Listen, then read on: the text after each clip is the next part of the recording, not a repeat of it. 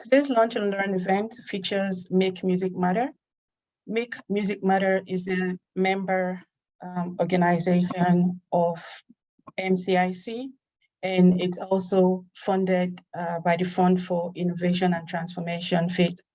We'll be learning about their innovation and some of the results of that project. I would now like to pass this over to Christina who is the Director of Innovation at FIT, who will introduce our speakers and talk more about this testing project. So over to you, Christina. Good morning and bonjour. Je me nomme Christina McIsaac. Je suis la directrice de l'innovation pour le Fonds pour l'innovation et la transformation. Et ça me fait plaisir de vous accueillir aujourd'hui. I wanted to welcome many members of the FIT community of practice who are joining us today, and other development practitioners and those of you who are interested in innovation work. Before I introduce the speakers and jumping into their presentations and the discussion, I wanted to provide a very brief overview of the Fund for Innovation and Transformation, or FIT, which is managed here at MCIC.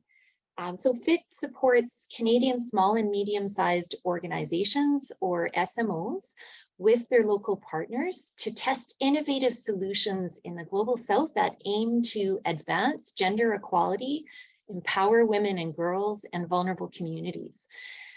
FIT is not supporting project implementation, so testing work is intended to be short-term, between 6 and 15 months. Organizations are allowed to fail, and we encourage them to adapt their strategies as they learn from their experiences and their data collection. So FIT is a 5-year pilot and innovation program that was launched in May of 2019 and has 3 main components. So the first component is the funding stream, with 11.2 million allocated to FIT SMOs and their partners to test innovations in a gender-sensitive way. The second component is to build capacity in the sector. And the third program component is to be a conduit for knowledge sharing among the community of practice, but also to extend their learnings about innovations to others in the international development sector and the greater public, which is why we're very pleased to have some time with you today. So it's my pleasure to introduce you to our 2 speakers from Make Music Matter, who are testing, or who tested, I guess, their Healing in Harmony program in partnership with the Pansy Hospital in the DRC. For the first time, their program is including men and boys with the aim of reducing trauma, learning positive models of masculinity, and developing strategies to better support and empower their families and communities. Our first presenter is Darcy Ataman, who is the founder of CEO of Make Music Matter, who has dedicated his work to bringing an alternate form of music therapy to survivors of conflict and trauma. Together with Nobel laureate Dr. Denis Mukwege, they developed the innovative Healing in Harmony program and continue to scale their innovation, which is currently run in 11 sites and 8 countries around the world. Our second presenter is Justin Cikuru, lead therapist and trainer at Make Music Matter. With a master's degree in counseling psychology from Daystar University in Nairobi, he has been working as a therapist at the Pansy Hospital since 2015, at which time he partnered with Make Music Matter to implement their Healing in Harmony program for survivors of sexual violence. As lead therapist and trainer, Justin has been influential in developing and documenting the model around the world. Darcy and Justin, I'll pass it over to you. The Healing in Harmony innovation, as stated, is to heal trauma, in particular PTSD, anxiety, and depression. How we do it is through the creative process, but in particular, we actually go and build recording studios wherever we work. So the photo you're seeing here on the site is in Mulamba, where the FIT project has taken place, and we actually constructed that building ourselves where the studio is housed. And how the program and model works is the participants who we deem as artists, they come in and they work with the local music producer alongside or in tandem with a local therapist or psychologist.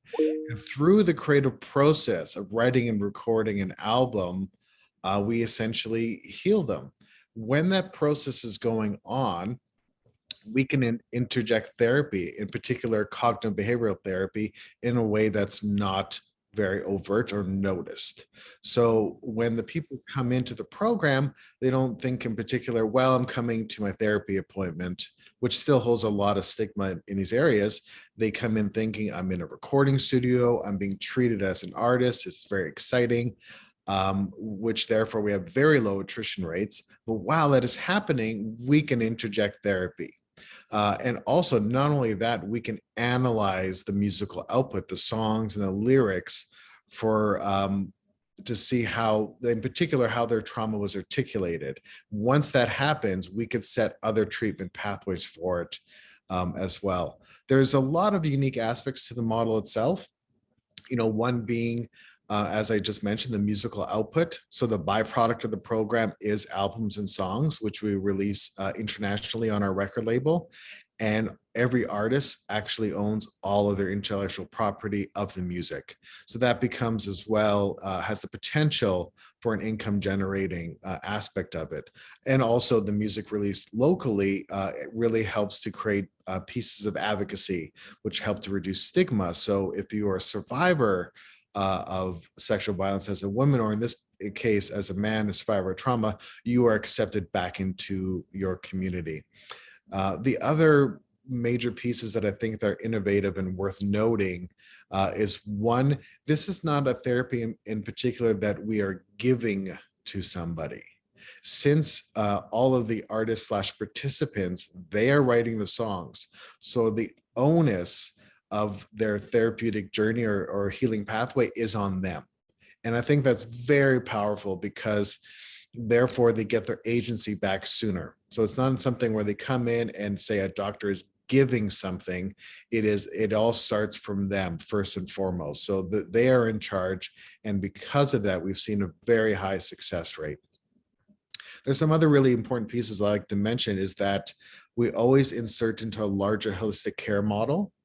And the reason why we do that is that we don't want to set anybody up for failure. So this particular site, before the FIT program started, we actually put on pause for a moment to make sure that Aries microfinancing program was up and running before we started, because we didn't want to heal anybody spiritually, emotionally, psychologically, get them functioning in society again, and then have no opportunity for employment after, for example. So we always insert to a larger holistic care model. And in particular, to highlight is the partnership, as noted, with Pansy Hospital, Pansy Foundation, and Dr. Mukwege. That has been instrumental.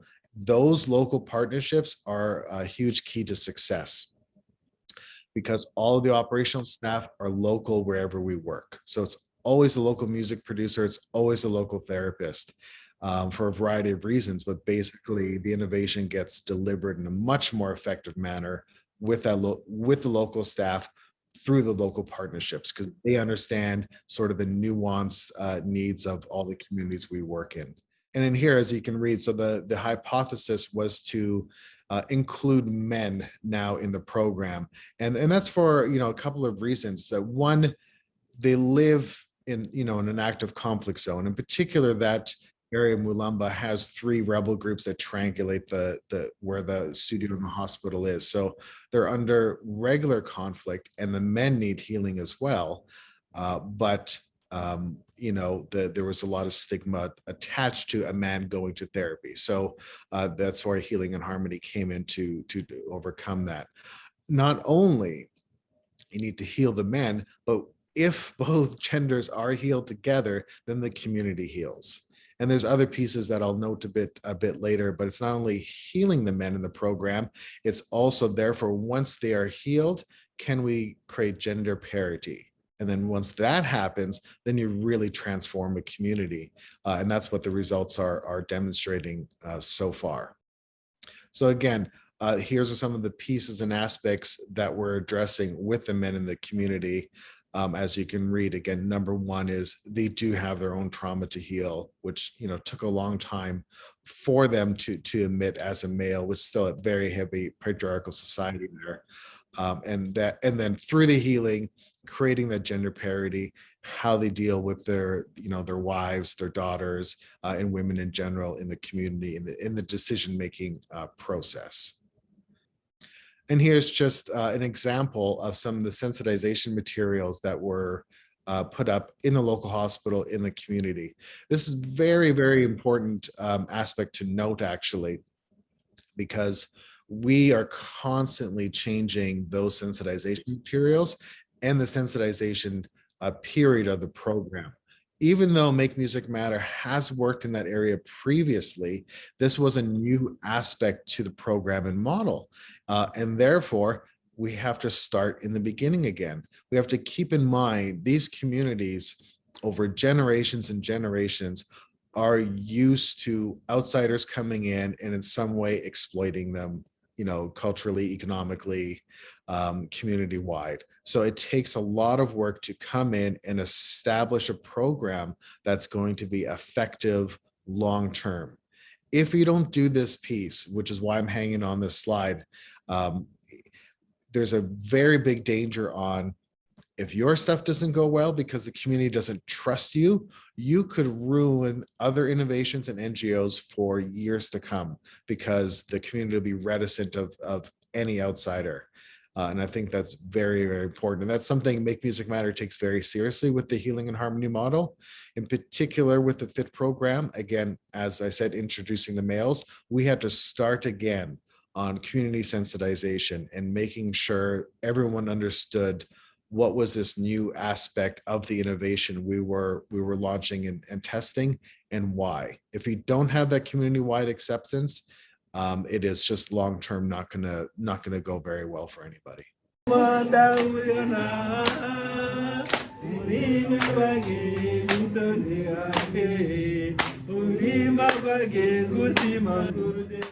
That's just a little clip, but just the fact, I mean, one, as a side note, they did not quite understand how to use the mask for COVID.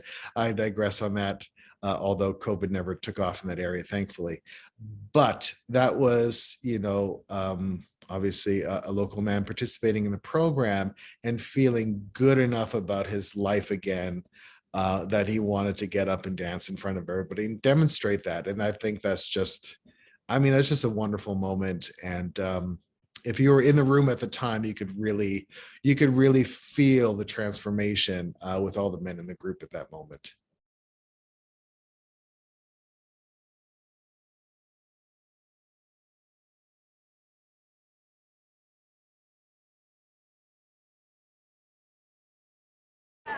C'est avec une grande joie que nous venons d'arriver à la fin des activités de la musicothérapie. Nous avions été bien accueillis. Nous glorifions fortement le docteur professeur Denis Mukwege pour nous avoir insérés dans le programme. Et avec la maison d'Orcas, nous remercions l'équipe qui nous a encadrés tout au long de ces activités, dont Janvier et Moussolé. Ils nous ont accueillis, ils nous ont soignés vraiment. Je me sous-estimais dans la communauté quand je me rappelais de tout ce qui m'était arrivé. Mais aujourd'hui, je me sens fier. Je pense que je suis capable et utile à la communauté de Mulamba, à moi-même et à toute ma famille. J'invite à tous les collègues qui ont participé à ces séances de vivre les instructions que nous avions reçues et surtout la nostalgie que nous avions chantée. C'est une joie, c'est un médicament que nous avions trouvé tout au long des activités. Nous demandons à ceux-là qui n'ont pas encore adhéré de venir se faire soigner car je pensais que je suis purement normal, mais je me suis retrouvé que j'étais malade. Et je pense que tout le monde est malade et chacun à son niveau. Il peut passer au centre hospitalier de Mulamba. Il n'y a pas de discrimination. Vraiment, nous remercions tous ceux qui œuvrent à cet hôpital, le centre hospitalier de Mulamba. Nous remercions la maison d'Orcas, que vive la fondation Panzi, que vive le groupement de Mulamba, que vive la RDC.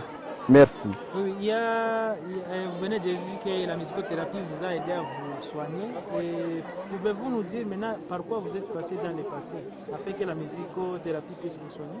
C'est une vie que je ne peux plus répéter ici, mais c'était une vie déplorable. Mais grâce à cette musicothérapie que nous avions connue, je me sens fort, je me sens intègre, je me sens libéré. Merci beaucoup, monsieur. Pareillement, monsieur le journaliste.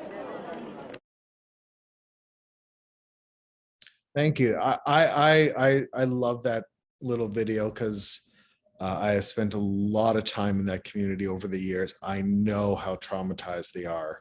I know, again, under heavy conflict they are. And again, the how patriarchal it is. So for a man to admit that on camera is a large step. And in fact, when I was there last and took that other video, some of the other men I spoke to, you know, one said, and apologies to the women on the line, but it's just a fact in that community. They said, well, I used to think that women were here to be our slaves, and I did not realize that was not the case. And now, you know, I will treat my wife as an equal, you know, not only equal in the, you know, the home, but equal in the community-wide decision making. So once that happens, again, throughout all these different couples, all of a sudden, then the whole community can cohere together. So I think those were, you know, just anecdotes, but critical ones. And in here, this is just from the medical director of that local Pansy hospital, Dr. Bienvenue. And the thing I'd like to say about this particular slide and why FIT, why I'm grateful for the program, thank you, and why it's so successful, is that it came from an organic need. So again, Make Music Matter and Healing and Harmony was operating in that area previously. And once the men noticed a change in the women in the community, they actually organized and gathered themselves, went to our local psychologist, Soleil, and said, hey, we need this program too, and we want to participate in it. And this was the spurn to apply for FIT. So it was a beautifully timed and, again, quite organic. And as a parting note before Justin takes over, important for all of us doing this humanitarian development work is that we are not forcing aspects of a program on any community. The needs have to come from and be articulated from the people in the community because they know what they need. And generally, I think that's also an important note.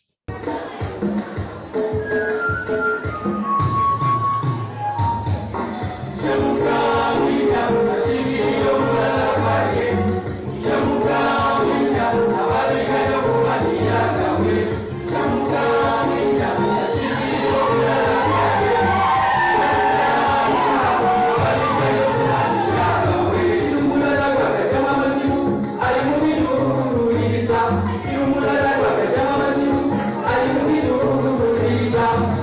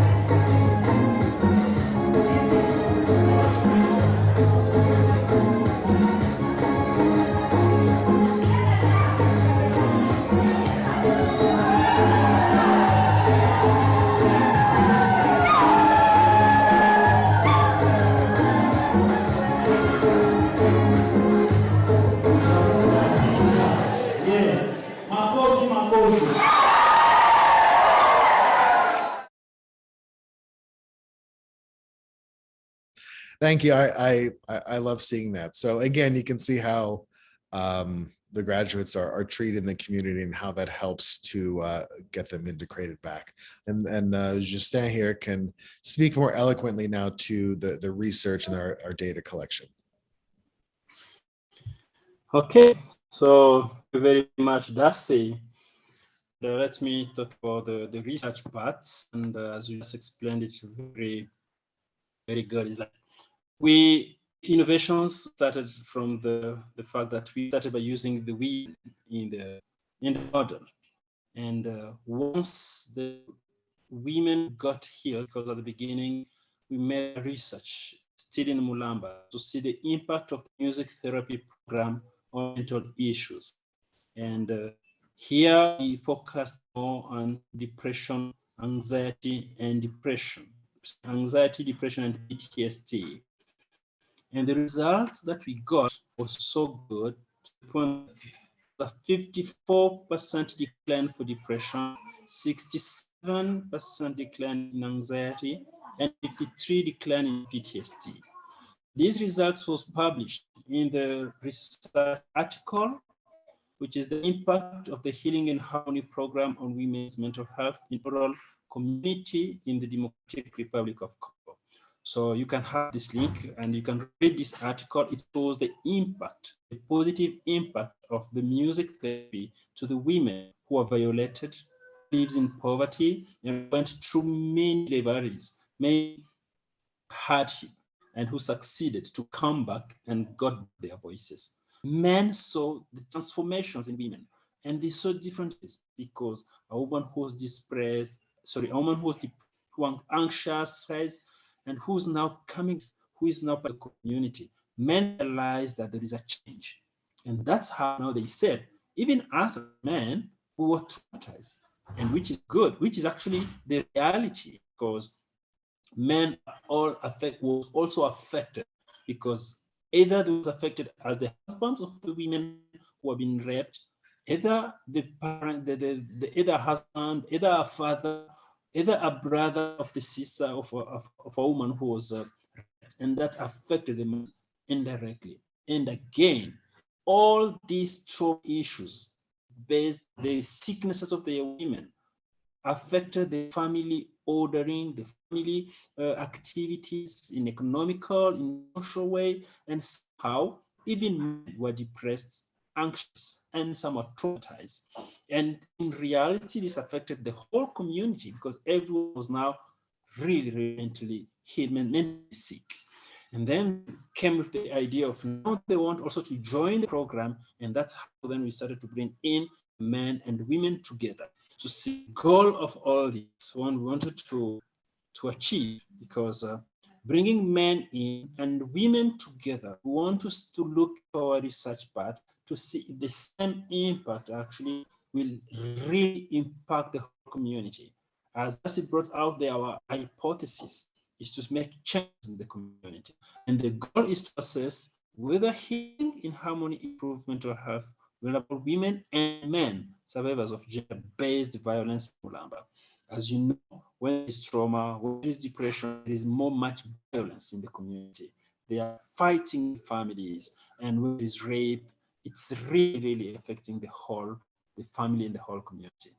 And also want to evaluate whether the healing from anxiety, depression, and PTSD remains sustained 3 months later after participation in the Healing and Harmony, because the impact of the program is not just now, but we have to project it in the future, in the time, so that the sustainability of our impact of the change transformation we're bringing in, so that men and women in a long run, they can still stick together, work together, and ensure planning all their lives together, so that they can ensure that the community is not really and is affected by what is going on in the families. So it is very, very important that we understand that to get that, we had to use the Hopkins symptoms list to ensure that we have the access of anxiety and depression, we use a Harvard Trauma Questionnaire used to measure post-traumatic stress disorders, and we've stepped wedged designs used with 217 participants, where we had 125 women and 92 men were included in this study. We are trying now to check out, and we are expecting results very soon, because now the last cycle of data is being collected in the community, so that we have these articles to complete and confirm the impact for both women and men working together. It will help the community. The research team is really currently collecting this round of the data. So at least I will also add that we learn a lot in this. And from what we really learn is, like, working women and men together, they all see the impact of healing, how it can change their lives. The team is currently in the field to collect the last round data collection to ensure we have the second article now to confirm the first one, whereby now the second one will confirm that the positive impact of bringing men in the program together with women, it has higher impact in affecting communities. Once the communities heals from depression, anxiety, PTSD, they will get more engaged in their communal work, in the social relations, and we also, through the positive masculinity messaging, empower boys and girls to be together working as one person for the development of their communities. So this research actually is on, and as we got the good results in the first paper that I gave the link, you can go and read. We're expecting that this one also will sustain in 6 months and beyond. So again, as I said, the lesson that we got from here is, like, women gave their first testimony. They gave their expressions that the men participation in the sessions improves the quality of lives in family. Most men were present in the family. They were participating in educating children, helping children do their homework at home, which they can do. Also, it brings kind of peace, because there is less fight, less struggles, because man is now stable mentally. And once the man is mentally stable, the wife is mentally stable, it really facilitates the work they're doing together. And again, we always think that men may not be able to talk their secret, their private life in front of women, since the community was culturally based. But discover that in the process of healing, it was possible for exchanging women and men talking together and heal together. So this is a very good discovery that you got in the program, and it's very, very much helpful. I think we've kind of hit the portion of our event where we'd like to open this up for a discussion with people who are joining on the call. And we've got certainly have a few questions in mind to get at some of the technical parts of your testing, Justin and Darcy. So from Judith, in a larger political context, much of the harms done to women in the DRC and to men by rebels and fighters seek to deteriorate and weaken the community. Do you experience any pushback from these political forces as you are trying to repair communities with the work? Yeah, there's and I'm sure Justin has examples as well, but there's one particular example that I witnessed myself that I always like to talk about, that I love.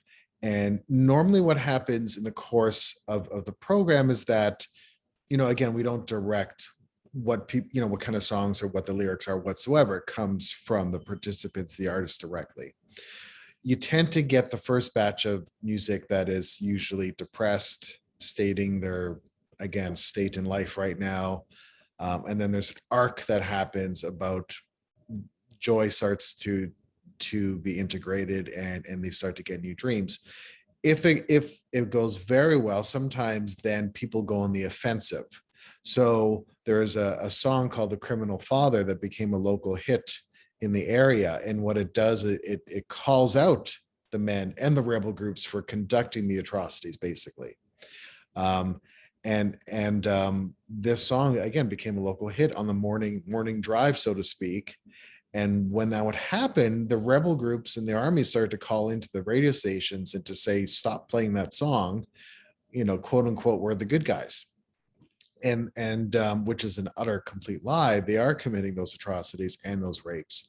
But just the fact that a song was so powerful that it would cause people, rebel groups in the army to call in to try to get it stopped, really demonstrates sort of the interwoven nature of advocacy and political oppression.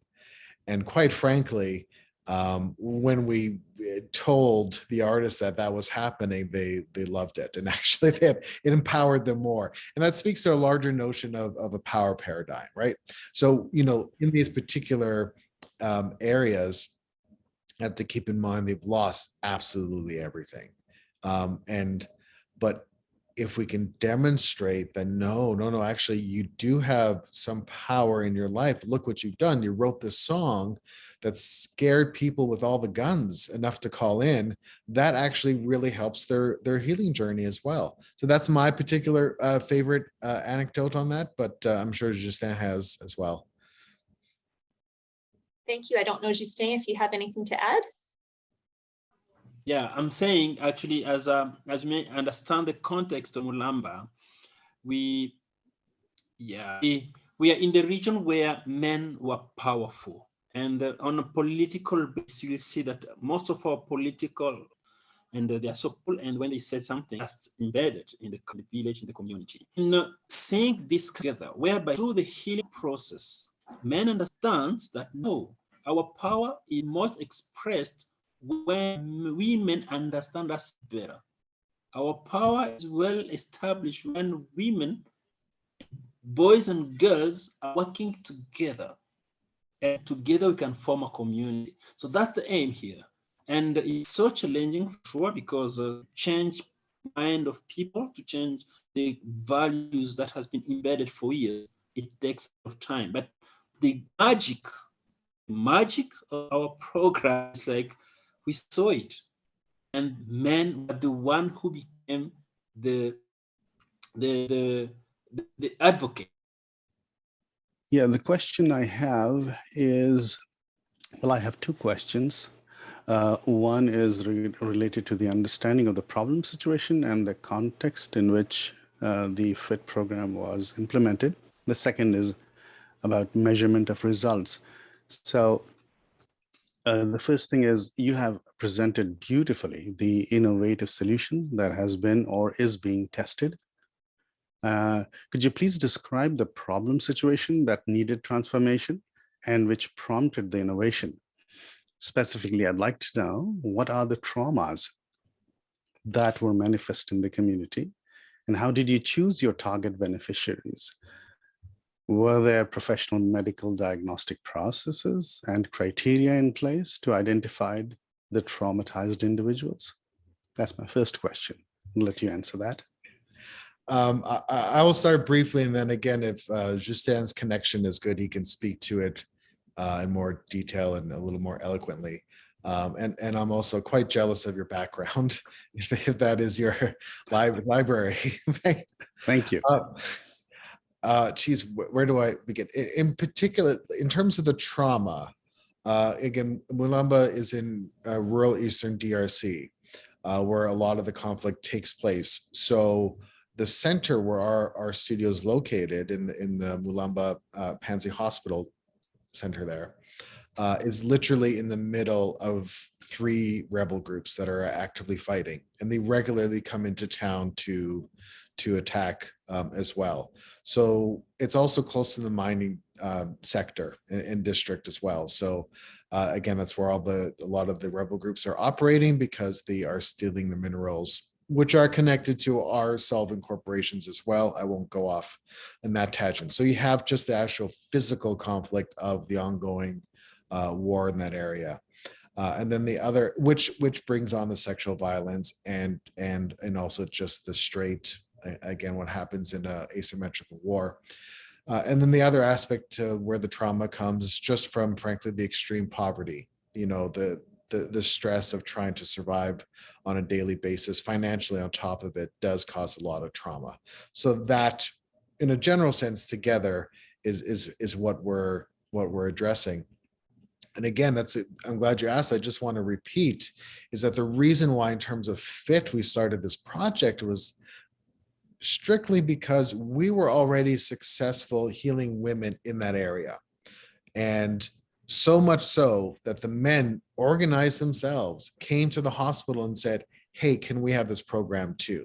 So again, it came directly from the community, and then just coincidentally at the time where the FIT program became available to apply for on that. And again, Justin could finish it better than I can, but the other reason why we insert always into holistic care models is so we can do those measurements. So the way we do it is that there's typically people that are already gathered because they're at the hospital, and then we can test them. And if they hit that threshold for PTSD, anxiety, and depression, for trauma, then they can be integrated into the program. Because ethically, we will not give therapy to somebody that does not need it. Sadly, in an area like that, it is, I don't think we've ever had a case where someone came and did not hit that threshold. But everyone is quantified, scored going in and going out of the program. And again, I think Justin could finish that off more eloquently. I was kind of intrigued when you said that what I know to be a fact, and no disrespect to the women present here, is that men do consider that it is their right, and they do think, oh, I thought the women are to be treated as slaves. Now, if anything, such treatment is traumatic for women, not for men. So I just thought that was an interesting note to make, because men are in this project. I gather mostly it is the men whose trauma are being addressed. But I just thought that was an interesting observation I wanted to share. But coming to measurement of results, I'm very curious to know what methods you used, the processes for the monitoring, but more importantly, the measurement of such impressive results of the healing process. So, for example, how did you know that 50%, 54% decline in depression, 67% in decline in anxiety, 53% decline in PTSD? How did you arrive at these numbers? Yes, again, I'll start, and if Justin's connection is okay, he can finish. We adopt standardized tools, which we're constantly evaluating as well. So for PTSD, it's the Harvard Trauma Test, which is sort of the gold world standard on measuring of PTSD, and the Johns Hopkins for anxiety and depression. We take those standardized tools that are, again, globally recognized as the best measurements. We adopt them for the local language and context. So sometimes you have to change a little bit. You can't be a straight translation. You have to make sure the intention of each question comes across. Once that occurs, then we train local research assistants. They go out into the community and they do those tests. So then they score someone pre-program, and then the same evaluation is done post-program. And then smarter people than me do the analysis of the data, and then come up with those percentages. That's I think the shortest answer. But what's good about it is that it's quantifiable. So the math that doesn't lie, so to speak. So the question was, and Mr. Proust, if I'm not saying it, if you'd like to add to it, please let me know. So knowing that the Congolese have strong connections to music, and that the latter is a great element in the Congolese culture, how did that help in this music therapy? And do you think this model could be a success in different areas or different regions where music does not occupy such a big part of the culture? So hopefully I've captured that. Yeah, no, that is a good question. And quite frankly, again, our what we call our flagship site is at Pansy Hospital with Dr. Mukwege in the Eastern Congo in Bukavu. The reason why that is because my first visit there many years ago, when I went to the morning prayer session, I saw them singing dance together, like the whole hospital staff and the patients. So I knew then, it's like, oh my, this is going to work, just because, yes, culturally it's embedded into society there. That being said, we have scaled all around the world, throughout Africa, Latin America, Middle East, and soon Canada. Each time we've gone to a new area, I have been told it's not going to work. I've been told every time, well, it worked here because of X, Y, and Z, but oh my, women aren't even allowed to sing, say in Turkey. We work with Syrian refugees. So every time we've come across that, and quite frankly, every time it hasn't been a problem. The structure of the program is as such as that they work in a group, in the same group for the whole 4-month cycle. So we do bonding exercises that just stands brilliantly written out. And the coherent bond as a group is day one. And because of that, the participation level can vary. So for example, it might be someone who maybe doesn't want to sing, but say in FIT, it was a man that wanted to tell his story and someone turned that into lyrics into a song. Or we've had instances where, again, someone doesn't want to particularly sing, but they'll hold their friend's hand while they sing into the microphone to record their line. And all of the data and research has demonstrated that the therapeutic results are the same across the board. So regardless of whether you're the sort of star singer in that group, or whether you want to sit in the back aspect of it and kind of dance along at the community concert, the results and the outcomes are the same. So we're very encouraged that way, that again, regardless of that cultural context, results are the same. And again, especially in the Middle East, where a lot of that expression is almost forbidden, we've actually never had a problem. Quick case in point, I know we're running out of time.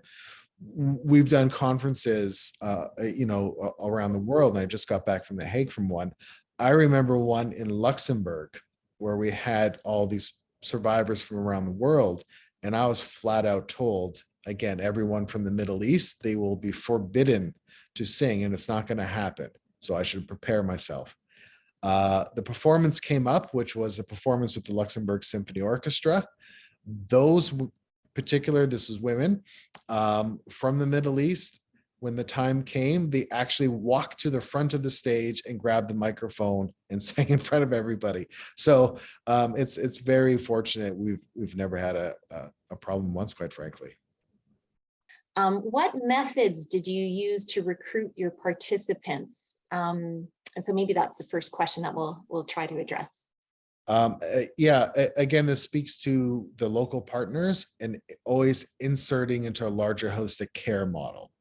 So in the case where the FIT program is, it's the hospital center in Mulamba. So the community is already coming there for various needs for, to use the hospital. When they come in for that, that's when we can sensitize for this program as well. So it's kind of all integrated. And again, then afterwards, we do that testing. We see if we hit that threshold for trauma and if they want to participate or not. But it really speaks again to local partnerships which are critical. And again, taking the extra time to insert into a larger holistic care model. So we're that last missing sort of psychosocial piece to someone's healing journey. Which frankly is extra work. It is always extra work to make sure, all the other elements are there in the community, but it's certainly worth it. That's I think one of the pieces that your project speaks very well to is there's just a lot of expertise locally that really feeds into the program overall, but also in this testing design. And it's my impression from your presentation as well that the participants who are participating in the therapy, I guess, and the music are also integrated by virtue of volunteering to participate, but also giving feedback that could influence the way that the program is tested and your methodologies that you use. That could be an interesting question and discussion for the community of practice on a different date, and maybe that's something the community of practice would like to informally discuss. I might just ask another question, and then I think we'd like to put in a poll question, and then get to a few more questions from the audience. Maybe I'll just ask this question from Esther. Bravo. So this question is in French, so if you want to put your interpretation on. So bravo pour votre travail auprès des survivantes de violence. J'aimerais savoir si dans le cadre de la mise à l'essai, des hommes agresseurs sexuels ont été en contact avec leurs victimes femmes, et si oui, comment vous avez composé cette situation très délicate? So if in the course of the testing, if men who have been the aggressors or the sexual aggressors have been in contact in any way with their victims, how were those situations handled, if that was indeed the case? Yeah, I have something that's adjacent to that, which was in the exact same area, which was when we did our first concert years ago with the women in that area. The funder at the time rightfully brought up that it's a small rural village. Chances are, if someone comes to a community concert, their aggressors or perpetrators are in the audience, and that will re-traumatize them. You can't have that. What are you going to do? So we ended up trying all these different ideas, and we thought, okay, they're going to go on tour. They'll perform at the neighboring community, and we'll switch, and then that community will switch into the other one. And we were doing all this sort of hurried, fancy pivot ideas. And while that was happening, the participants, the women at the time, organized themselves, went to the local psychologist and said, yes, we get it, but we are ready. We want to perform in front of our community, and so be it if those men are there. And they did, to phenomenal success.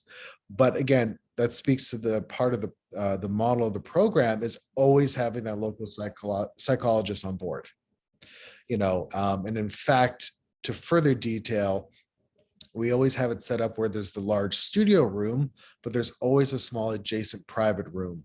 So if someone does get triggered in any way, and I know this is not directly the question, but they get triggered, the psychologist can bring him or her to the side, ground them, settle them, and when they're ready to come back into the group, come. But that's, again, it's the local psychologist is constantly doing that analysis on whether the person can confidently make those decisions for him or herself on whether they want to participate, knowing that the perpetrator could be close by. Thank you. So having that local, I guess, medical expertise on site is obviously critical for your programming to make sure that people aren't further harmed. Thank you. Mm-hmm. So maybe the question is, how did participants come to understand that this therapy might be something that could be valuable for them, given that there are some, they may not know, as one of the participants said in the video, they didn't know that maybe they weren't well, or that they were struggling with some things until they were in the therapy itself. Yeah, no, that's an excellent question, and it sadly kind of speaks to the need of these communities that we work in, where typically, especially in this area, our enrollment is threefold. We usually can't, frankly, keep up with it, which really, again, speaks to what's happening in these communities. It also speaks to a larger point, which is something I talk about with partners and staff and all the time, is when we're going in these areas, we are essentially going into someone's home and telling them how to live. That's my analogy. Whether what we're suggesting is right or wrong, that's what we're doing. And so we have to approach it with that sort of delicate trepidation. So what we do, again, through the sensitization period, is we have to find the in to who in the community is respected and well regarded. So the local leaders, for example, we have another site in Congo where we just had a conversation about making sure to engage the faith leaders, because if we get them on board, they can accurately tell the community in a way that they will, respect that this is a program worth considering. But we never force out people to go to the program. They have to come in voluntarily. And the way as such is disseminating the information about the program in a way that works for each community. So again, the local leaders, which in this area usually is a lot of the faith leaders, the local doctors, and you do that in a way that is not aggressive. It is done bit by bit.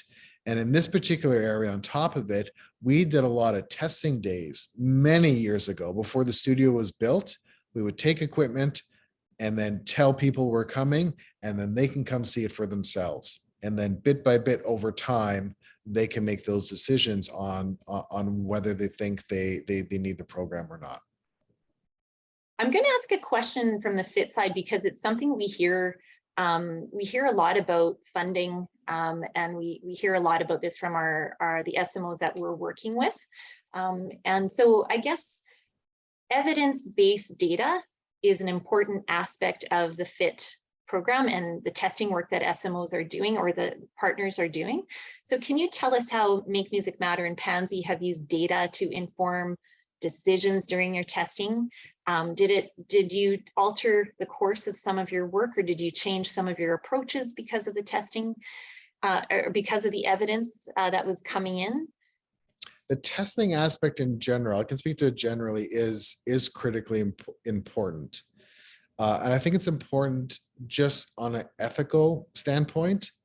In fact, I recently told this to Dr. Mukwege, because I was with him twice in person in the last few weeks, is, for example, I will say, we have to continually prove we're the best use of X space and X resource, because if we can't, we have to get out and let the next group or person come in with a better innovation that's going to, work in the community.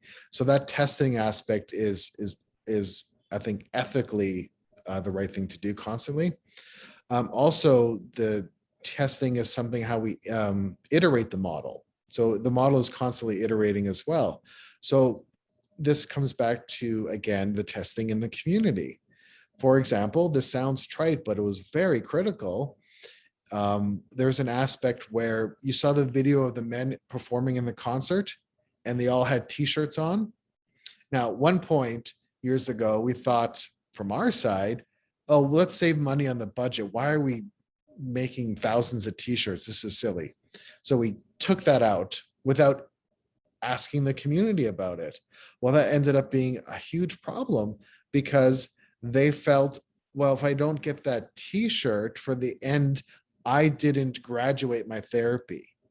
Like, I wasn't worthy of graduating, so to speak. And it actually ended up in being important to, again, lock in those good results. So that's a small example that if we didn't do the continual testing to iterate the model, from our side, sitting comfortably in Canada, we thought like, sure, let's save some money and get that off the budget. But locally, it was actually a critical point to the model. That's a small example. Justin, I'm not sure if you're able to speak to it further in terms of testing and iterating our model, if the connection's working. The follow-up question around using evidence as a way to perhaps make some decisions, or to help tell the story. What does having data mean for other aspects of your program? Like, has it helped you with funders? Has it helped you with creating partnerships? Has it helped you in bringing information back into the community to make sure that information goes full circle? So I'm just wondering how data has impacted the work, or if you see it, what advantages you see about using data for decision making, et cetera. Again, the data piece is critical, because again, we literally quantify every single participant.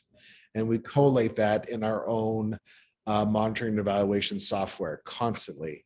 And it was very, well, it is helpful for funding because you have to prove that your thing does work. And in particular with new innovations, it's the only way to get around any doubters. So for example, years ago, when we came up with this idea and thought, oh, we're going to bring music to an active conflict zone, quite frankly, I was ignored and laughed at for a very long time. And even when won't name names, our first major funder, which made us launch in Congo at Panzi Hospital, we won this grant and were able to launch. The person at the time who was running the organization, even when I was flown to London for meetings, would not speak to me, would not shake my hand, would not look me in the eye. And when I confronted him finally, he said, quote unquote, I think this is a joke, but the committee wanted to fund you. We used the data from there to prove that we were literally the most successful program they've ever funded to date. And to his credit, he did apologize and own his comments.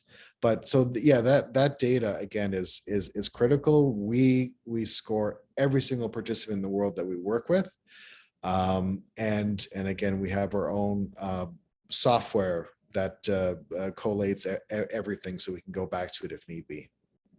If you had a takeaway about the testing process or your methodology for testing, or the fact that you've integrated men into this component, were there any lessons that you learned that you felt are worth sharing with the community of practice, or something that was an important learning for Make Music Matter and the hospital? In terms of the men in particular, or just in general, even maybe generally speaking, like, was there something that stood out in terms of your learning? Yeah, it could be about the participants, if there was something that was different this time, or perhaps about the way you've approached it. Was there anything that you learned that you feel is worth noting? And sorry, I might be putting you on the spot here. No, it's okay. Yeah. I'm just trying to, so much happens because again, we, as a general ideology with the organization, we are constantly gathering data and notes to improve our model.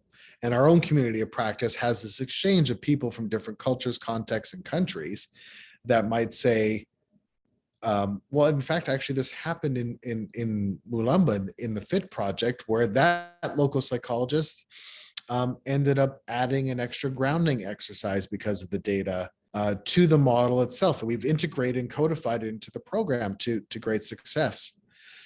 The other part that's somewhat related, but not directly, sorry, is not only that testing and data collection, it's how we do it. So that is constant as well, because the scientific community obviously is a living, breathing organism that improves. We do that as well. So in particular, there is another Eastern Congo site where we're working with young children, and the way to measure and speak about depression to young children changed in the scientific community and actually something that's more accurate. So we pivoted and integrated that into our testing as well. So again, it really is, it's a constant procedure with us. Thank you very much, Christina. And thank you, Darcy and Justin, for sharing your time and experience with us today. Thank you, everyone.